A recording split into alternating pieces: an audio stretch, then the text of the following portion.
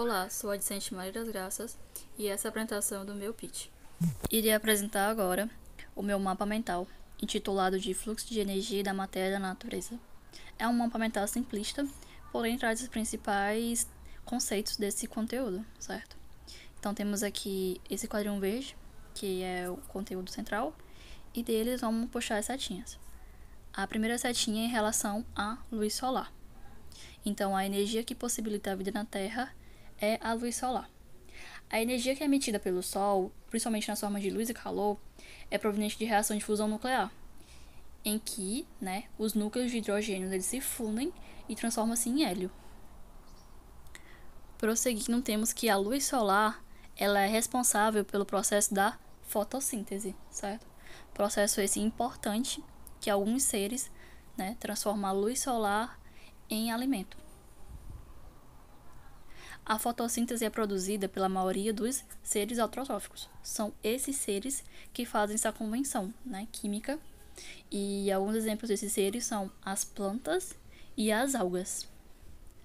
Porém, alguns desses seres autrotróficos, eles são quimiosintetizantes, E esse processo de quimiossíntese é o processo pelo qual os organismos eles vão produzir energia por meio de oxidação de compostos inorgânicos.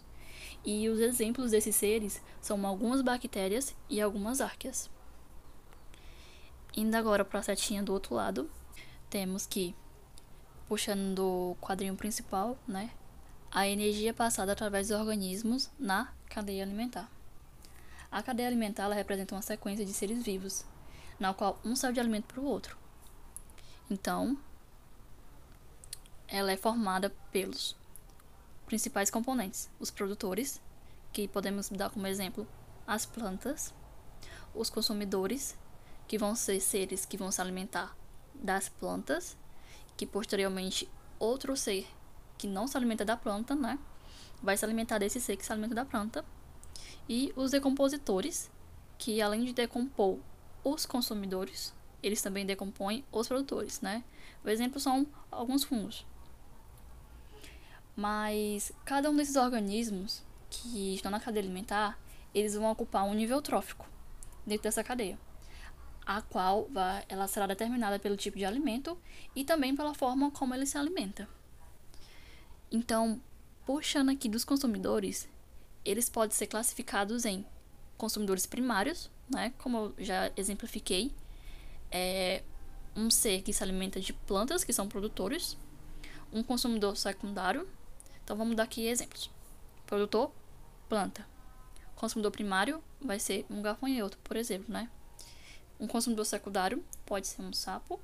E um consumidor terciário vai ser a cobra. Então, a cobra se alimenta do sapo, o sapo se alimenta do grilo e o grilo se alimenta da planta.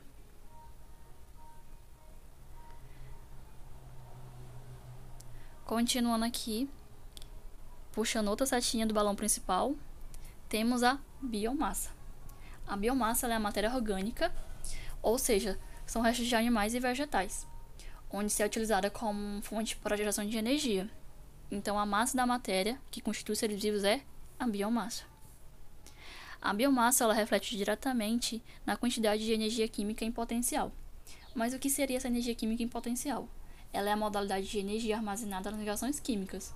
Então, é por isso que ela é considerada uma forma de energia potencial, já que uma vez que está armazenada dentro de um corpo, ela consegue ao mesmo a capacidade de realizar trabalho.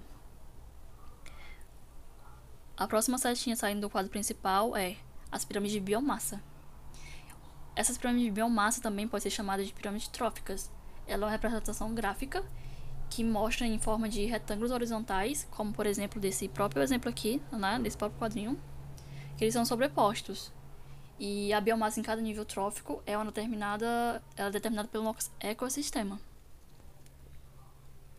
Então, a massa da matéria em cada nível trófico é representada pelas pirâmides de biomassa ou pirâmides tróficas. A próxima setinha saindo do quadrinho é a energia. A energia presente em cada nível trófico é representada pelas pirâmides de energia. Essas pirâmides de energia elas representam a quantidade de energia em cada nível trófico de uma cadeia e indicando então a produtividade de um ecossistema.